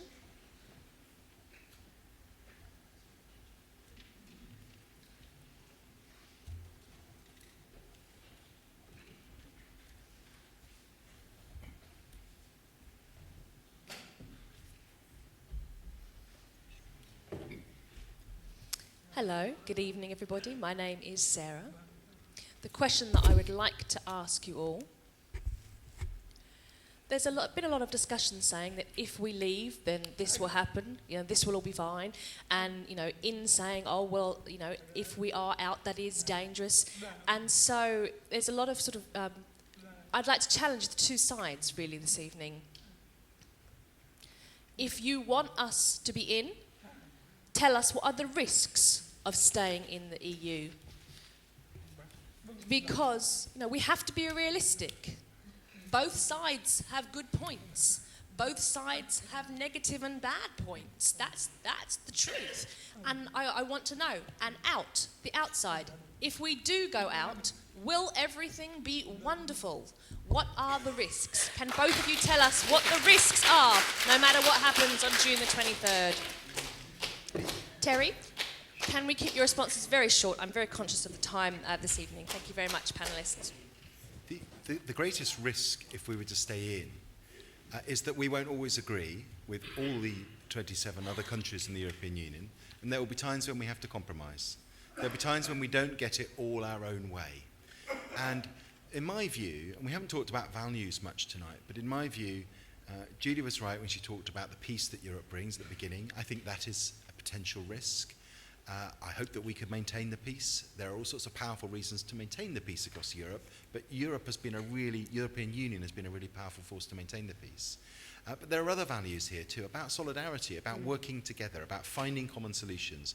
And whether that's on pollution or climate change or dealing with migration across the European Union, or more positively creating opportunities for trade, we have to work together. And the idea that we can have it all our own way, in my view, it just doesn't relate to our experiences in life. If I tried to have it all my own way at home, my wife would give me short shrift. If I tried to have it all my own way in the workplace, then I wouldn't get very far with my colleagues. we can't have it all our own way all the time in the European Union, but let's accept that only 12% of our laws come from the European Union. Even of that 12%, 97% of them our government voted for anyway.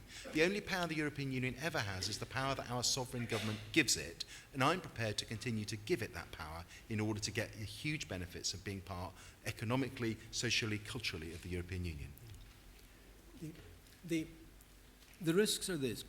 We're not facing a choice at this referendum of Britain leaving and facing unknown risks and staying in the EU where nothing will change. The EU has got something called the Five Presidents Report, which is all hashed up at the moment and not talked about. The Five Presidents Report envisages many more moves towards the political superstate they want to create, with complete central control and increasing the tightening monetary union. There are plans for a European army up at this moment, ever closer union. Whether those words are in the treaty or not is irrelevant.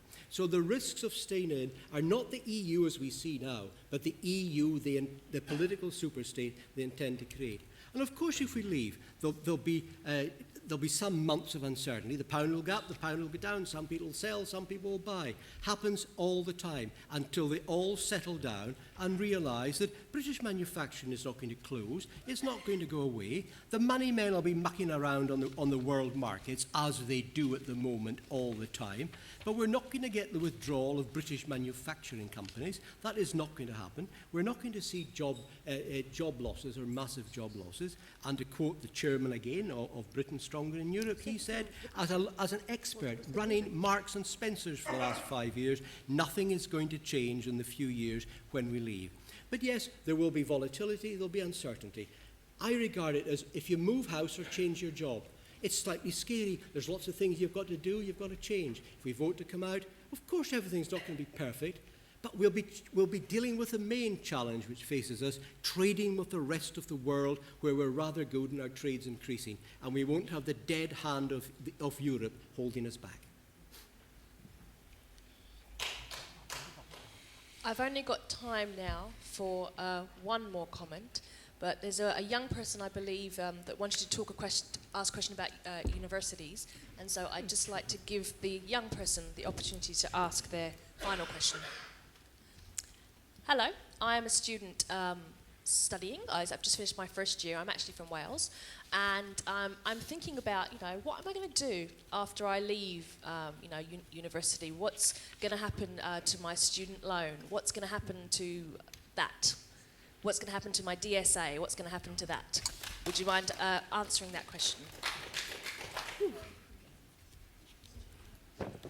I'm being given the dubious privilege of answering that question because I think the honest answer is, with most of those questions, we don't know, and I think that will be true on the remain or leave side, because in terms of DSA and student loans, they are decisions of the British government. So whether we remain or leave, that wouldn't change.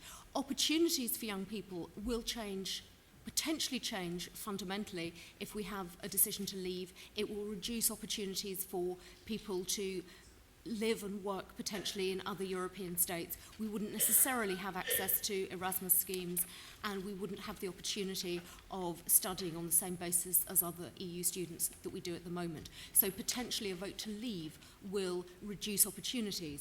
But in terms of British domestic politics, all we know is whichever government gets elected will form a decision. I'd agree with what has been said in relation to, and there could be a possibility for young people maybe in relation to go, but Norway's not in the EU, and Norwegians actually go and work in the EU, and I think your big benefit here, where the person asked question, is that you're English speaking, which is always a big plus. But I just think, and the question was asked before as well, the other one, like what's the, what happens if we stay in or leave? It's a very important question, and I don't think that either side can give an honest answer in relation to saying, I predict exactly what will happen. Yeah. But I do think one thing, you won't get a referendum like this ever again. And the big problem here is, I know you said that there's things in the pipeline in relation to a superstate. It's all there, it's in the treaties. It's all already there. And if David Cameron, when he goes back to Europe, if you stay to remain, he hasn't got his trump card anymore. more. And I'm telling you, things will just steam ahead, and that's what they're waiting for. They're waiting for this referendum to be over to steam ahead. Competition chapter is the key one in the treaty. And I mean, as somebody who's studied EU law, competition is the key chapter. It's legally binding on everything in relation to state aids and all that sort of issues that some people might be concerned with in business. And all of that is still there, regardless of whether, you know, whatever else happens, if you stay in. But as I said, I think if you vote to stay in, that David Cameron will be, his goose is cooked, and so is yours, because they will just have nothing to stop them rolling ahead, and it's all in the treaties. There's nothing more that's needed, and we voted in Ireland on these treaties, every single. We're one of the few countries in the EU that has had a referendum because we have a written constitution, and we were very lucky. But like the treaties can, everything is there, and it's the courts that interpret what can be done, and ever closer union is the objective. And the army, like, that's my main reason for getting involved in the EU many, many years ago, because I saw the writing on the wall, and it's now there, it's all in the treaties. And if I could just finish at one point, because I came from the peace movement, from the Green and Peace movement, and that's why I got involved. And one issue, because when we had a referendum on the Lisbon Treaty, the EU arms industries after the Cold War lobbied like crazy the European Commission when I was in the Parliament in the early 90s to get. They were bemoaning the fact that since the end of the Cold War, arms sales had slumped, and they needed something to boost the EU arms industries so they could compete on a global level. So they set up the European Defence Agency. It was originally the European Armaments Agency, then called the European Defence Agency, and that was given treaty status in Lisbon. And it's the body that will assess member states' military capabilities. It's like putting a fox into the chicken pen to look after them. The arms industries aren't going to say, member states, you should spend less on your military. There will be more and more spending on military, and that was my, as I said, my main reason for getting involved originally, and all of that has just got much worse over the years. Sorry for going on. Thank you, Patricia.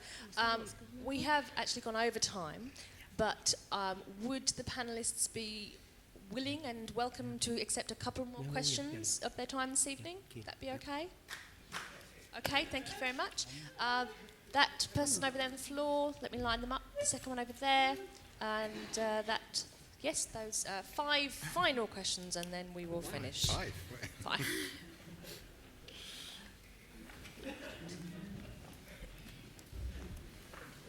And concise. Every person, concise, please. That's more than 5. 7.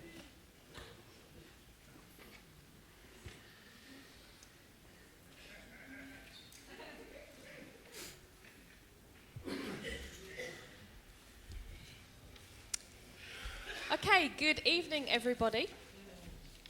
So, I've been watching this discussion tonight. If we leave, the UK, obviously, has England, Scotland, Wales and Northern Ireland as part of it. Will Scotland be upset?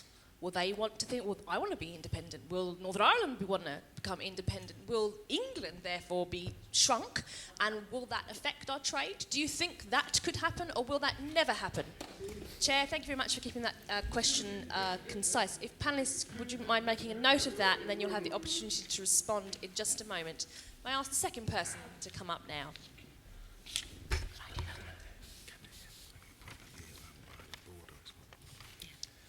I'm not sure, actually, about this vote as to whether we should remain in or remain out. Now, a key issue for me is accessibility. Now, I have to say that in terms of the UK, we're fantastic. We have access to work, the Access to Work scheme. We have the Freedom Pass for deaf people, that we have plenty of sign language interpreters, we have plenty of training for people in terms of deaf awareness. These are initiatives led by the British government, not EU initiatives. Now, if we carry on with the EU, that means we can go and we can work or live in any EU country, in any of the member states. But what's important is whether they would be able to provide us with the same level of access that we have here. They don't have access to work schemes. They don't have as many sign language interpreters as we do. Do they have the same subtitle facilities? Is that something we could demand if we were to go and live in those countries? Next person, please. If you can come forward at a bit more of a rapid pace. Thank you. Good evening, my name is Ben. I'd like to ask a question to the Remain side. I know we've talked about immigration a lot, and I know we're all a bit fed up of that, so I'd like to talk about the economy. Yes, we do give money to the EU. Yes, there are lots of people on the dole. Yes, there are lots of people in low-paid jobs.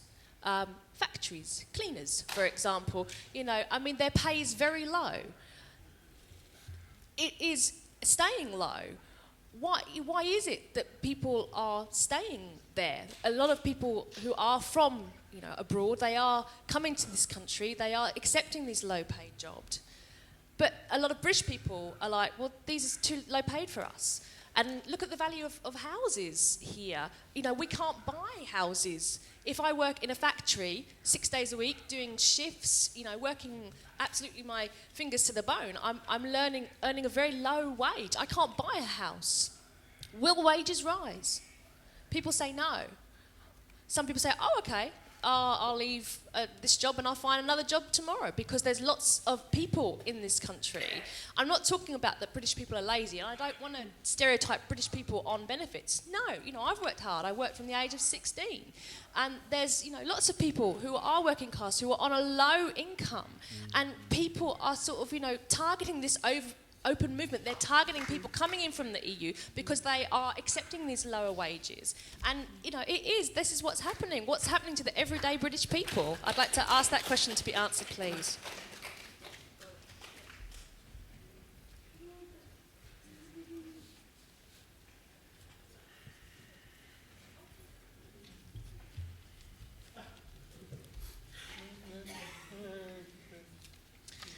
My name's Hervin, and I want to ask a couple of questions, actually. There are two things that I'm personally worried about in terms of Britain leaving the EU. The first one of that is the housing market, the value of our properties, and the effect that Brexit could have on the lowering value of those properties. And then also the value of the pound on the exchange rate, and how that could fall because of Brexit. I'd like a response to that. Thank you. We'll have the next question, please.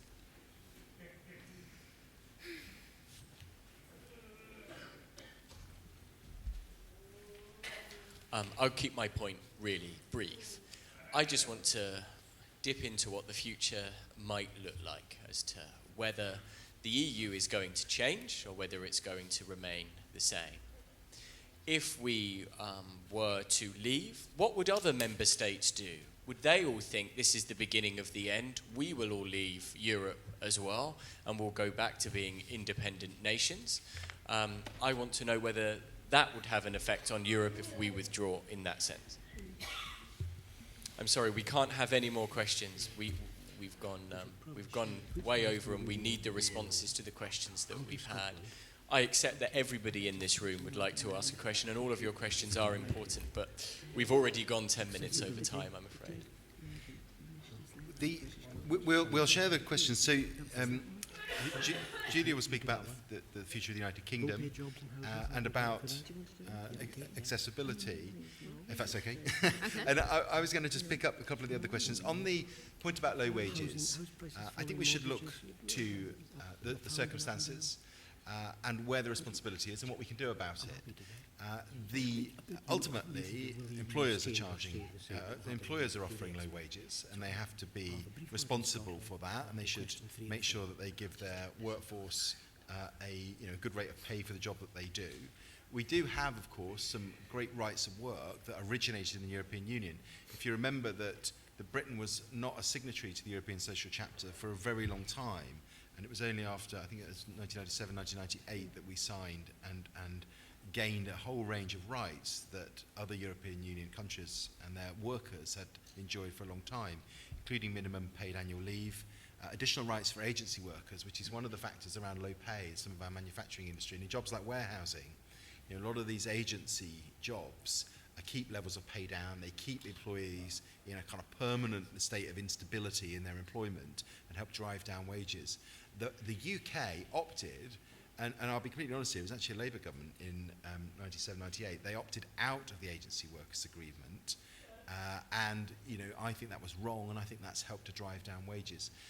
I think Europe is part of the answer, not part of the problem in terms of low wages. And I think we should look to our current government to take initiatives. For example, I want to see the minimum wage.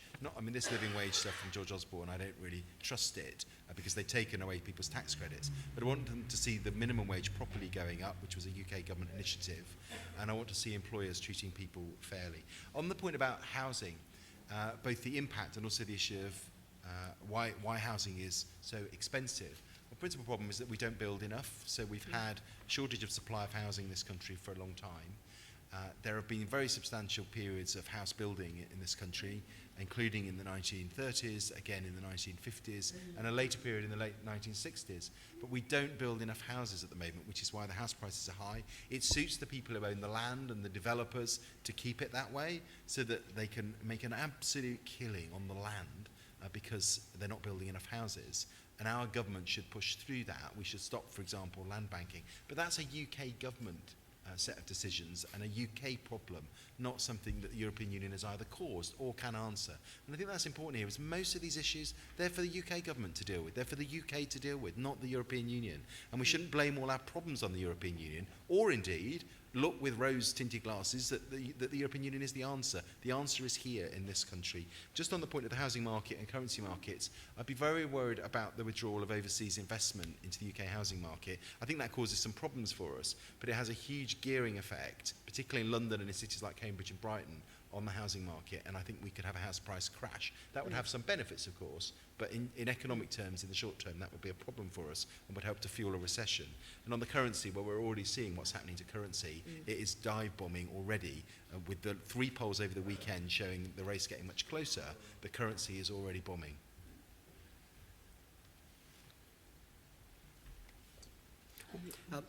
We'll share the questions too. First of all, on Scotland.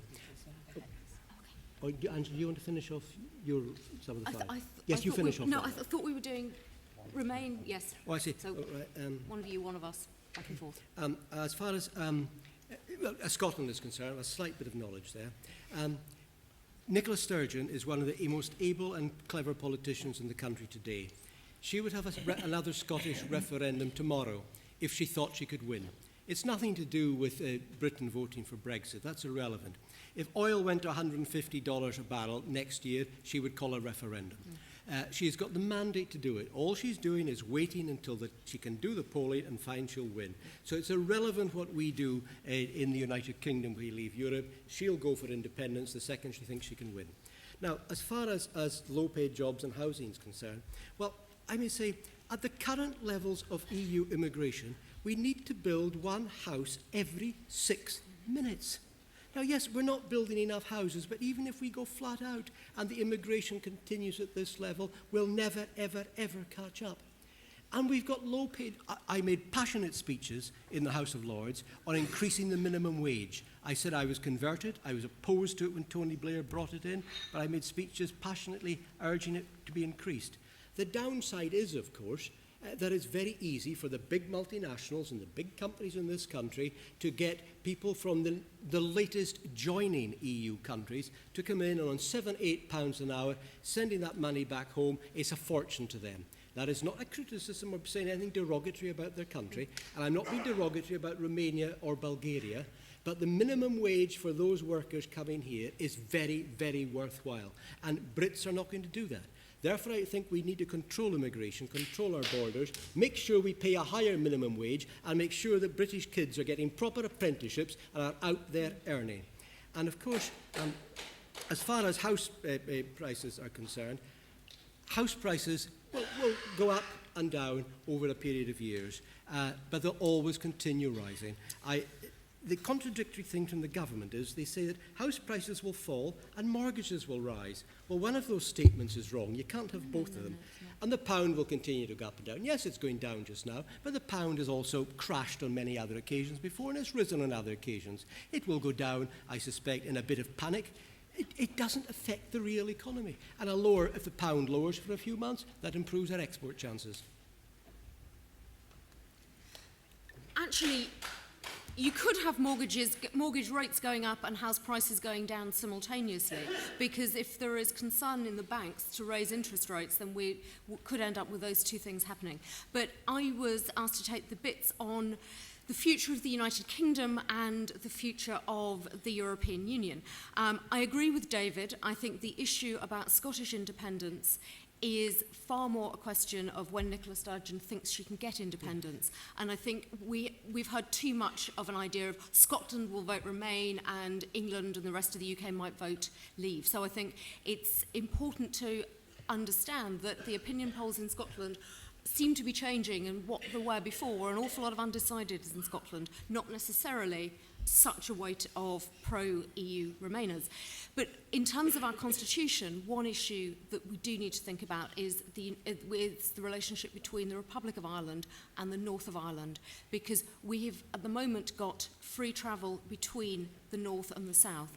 If the United Kingdom leaves the European Union and Ireland remains in the European Union, then there will be a hard EU border between North and South, where we would need to control borders, particularly if the Leavers want to regain control of borders, as they keep talking about, because otherwise there would be a backdoor route into the United Kingdom, unless, of course, they have negotiated ongoing membership of the single market, which then means free movement of people. So I think the question of the relations between the North and South are important. I'm not suggesting it will damage the peace process, but it will fundamentally alter relations between the two parts of the island. And in terms of the future of the European Union, I think there is a significant risk that if the United Kingdom votes to leave, there will be groups in other countries, particularly the Front National, Madame Le Pen in France, who will be looking either to change the relationship or ideally for France to leave the European Union as well. So there is a significant risk that if the United Kingdom votes to leave, we will see the dismantling of the European Union. I know some Leavers want that. I personally would not want the United Kingdom to be responsible for the collapse of the European Union, because the instability that it will cause financially and in terms of the security of our continent with Vladimir Putin on the borders is one that I don't think we should be jeopardising. Yeah, if I'll just address the last point first, which was that's about Northern Ireland. I think it's important to point out that Northern Ireland, there's a common travel area between Ireland and the UK that predates membership of the EU. It goes back to when we got our independence from Britain. That common travel area was agreed, and it will still exist afterwards. And there is also a very important point to make here. Ireland is not part of Schengen, and Britain is not part of Schengen. And if we had joined Schengen, there would have been a border created, but we didn't. And the only way there will be a border created is if the British decide to leave and the Irish government decide we're going to opt into Schengen, which the Irish people would never agree to. There is a type of border actually between the North and the South that exists, and that is in relation to the currency, which the Irish government took no account of. The Northern Ireland uses the pound sterling, and we in the Republic use the euro. And that creates a lot of problems around the border area. That's going to stay anyway, regardless. But there is not, and in relation to independence for Northern Ireland, I think most people who know the Northern Irish know that there will be no desire for independence in Northern Ireland, because the Unionists do not want independence, because that's something was put on the table many, many years ago, and they rejected it because they want to be part of the United Kingdom, and that is clear, and the majority there do, and they won't. In fact, recent opinion polls show that even the nationalists in Northern Ireland don't want to join the Republic of Ireland, particularly because of the euro crisis. But so that won't happen. And just in relation to the issue of if you leave, what will happen? You know, will other countries want to leave? And in the question mentioned Europe. I think it's very important to point out that the EU, Europe is bigger than the EU anyway, because you have countries like Switzerland and Norway and other countries that are part of Europe, you know. But yes, there is definitely a move out there. And we know this from opinion polls and research that has been done, that there are a huge number of people out there who actually really are dissatisfied with the EU because it is fundamentally flawed. And it cannot be repaired from inside, and you can't change the treaties without unanimity. And in fact, even if you did get the treaties changed with unanimity, the European Court of Justice, the EU Court, will decide what that means. And there's a few very good examples of that. One was a protocol attached to the Maastricht Treaty back in 1992, when all the governments at that time agreed it was in response to a court decision, a Barber decision was the name of the court decision. But they put in a protocol, and the European Court says, no, that has to be interpreted in light of our judgments. So in other words, even if all the heads of state and the governments and everybody, including the people, agreed and ratified something, the ECJ can turn around and say, that's not what we want. And that has just recently happened in relation to the Lisbon Treaty. One of the good things in it was that the EU would sign up as a whole to the European Convention on Human Rights. That was one of the things I thought was good. But the European Court has recently rejected the proposal for the EU to join. So even though all the member state governments wanted it, but I do think that it will open the door to a complete restructuring of the EU and of Europe, and I think that is no bad thing. I think it's really important. And you can point at Le Pen if you like. I mean, I find it quite interesting. It was the same in Ireland. You know, people are saying, well, let's look at who else is saying leave. It doesn't matter whether Le Pen or anyone else is saying that. It's very important for the right reasons that people say we don't agree with the type of EU that we have gotten into.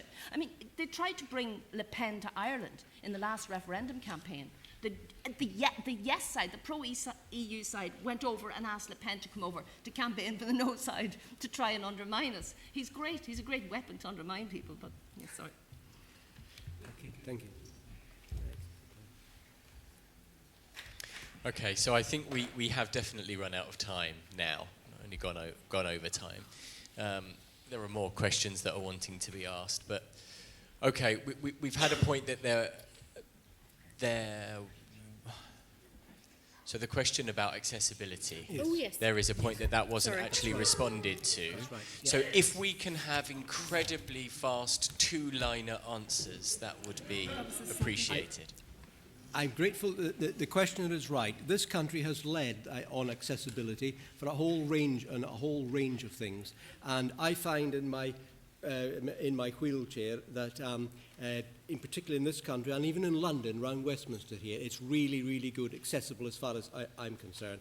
I find it more difficult in many European countries, but in Strasbourg a few weeks ago, it was also magnificent. I can see the British influence on dealing with accessibility for a whole range of disabilities spreading through Europe, but we can't demand it. Now, if we stay in the EU, will it make the others be as good as we are? I don't know. If we leave, will they continue improving? Well, I think, of course, they will.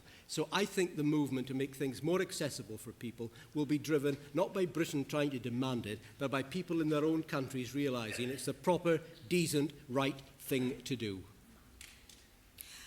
There is a proposal for an EU directive, the Accessibility Act 2016, which, if the UK remains in the European Union, will be part of. If we are outside of it, the other 27 will still be part of it. And there has been movement initially initiated by the United Kingdom, but that has expanded across the European Union to improve accessibility. I think the EU has got the right idea on accessibility. Could states do more? Yes. But I do notice David's got a little Union Jack on the back of his motorised vehicle. So obviously he's sticking with buying British. If I could just say I had that question marked. My apologies. I think, yeah, what Britain has done in relation to, as the questioner said, he said that the initiatives were led by the British government, and you know they have to be congratulated for that. But there are, like, to be fair, in other EU countries, there are quite progressive initiatives in some countries in relation to disability. But the key thing in relation to disability is education. Access to education for people with disabilities, because it is through education that you can then empower yourself. I really find it very difficult when other people say they're going to speak for people with disabilities. You need the people with disabilities to the very core of the decision-making process, and the only way you're going to get that is by having the proper access to education and proper equality right across the board, so that they're competing on an equal level. And you can do that within the EU, or you can do it outside the EU. And to be honest, you can actually do it better, in my opinion, outside the EU if your government is minded to do it, because you won't have any restrictions, like in Ireland, for example. we have to get our budget passed by the EU before we can do anything. So the government will say, oh, well, we can't do anything. Brussels won't let us spend money on this, and Brussels won't let us spend money on that. So you get these excuses. But really, a government, if it's really serious about it, it can do it inside or outside the EU. Okay. Andy, did you want to comment? Well, it's just to say, this is the great benefit of the European Union, is that it gives us a framework in which to have this dialogue.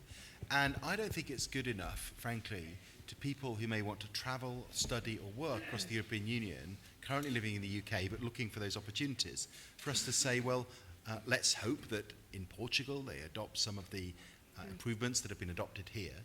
I think it is better for us to actively engage with the other 27 countries and say, let's have the best of current practice in all of these countries, not just to be found in the UK, but let's have the best practice all across the European Union so that we can all benefit from it wherever we live, work and study across the European Union. And just my final sentence is to say this, that Europe has been a powerful force of good in terms of our economy and trade. It has been a very powerful force of good in terms of peace. But more than that, it has been a very powerful force of good in terms of social solidarity, in terms of people standing together and coming together and sharing the same set of values. And Europe has driven all sorts of employment protections, all sorts of rules around equality that we all benefit from and will continue to benefit from in the future if we remain part of the EU.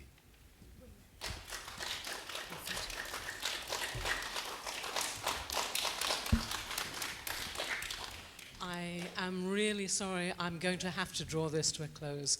I'm sure that you're so keen to raise many, many more questions, but I think what's been positive about tonight is that both groups have enabled this information to be presented in BSL, either the stay-in and the remove from the EU, but we have to say that both groups have given us comments that are positive and negative. I'm sure that for them it's probably been a very different experience.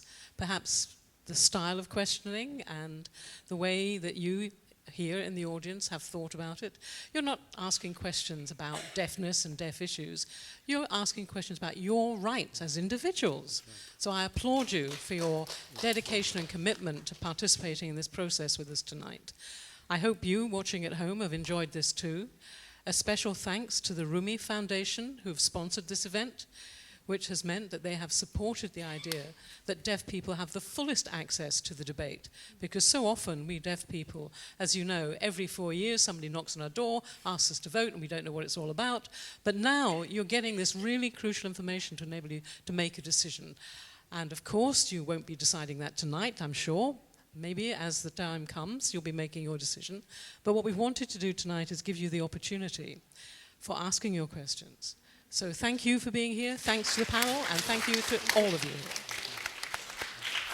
And don't forget, you have a democratic right to vote. Please use it. Whether you're in or out, please use it. It's your future, and it's for the future of deaf children.